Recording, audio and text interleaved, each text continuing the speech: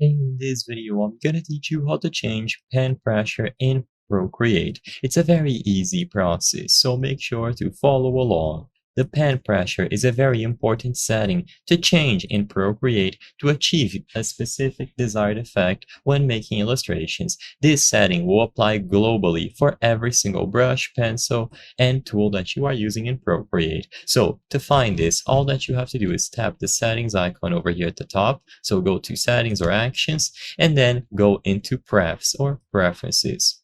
Inside of preferences, you will be able to find pressure and smoothing. So this is going to be the setting that applies to all the tools that you use to make illustrations in Procreate.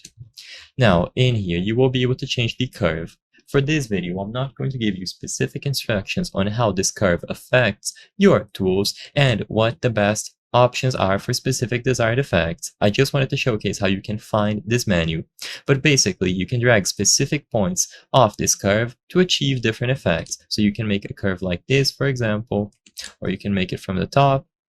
And basically, you can spend a lot of time here to control the sensitivity of your pen. Like I said, this will apply for every single tool that you are using, while you can also control the size and the pressure preferences of specific brushes. This one will apply globally, and usually it has a higher effect over all of your tools. So this is why I recommend that you spend a lot of time here.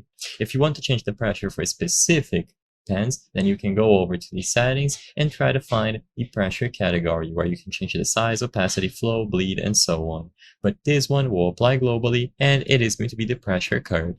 I hope I was able to help you on how to change pen pressure in Procreate. If this video helped you, please be sure to leave a like and subscribe for more very easy tips. Thank you for watching.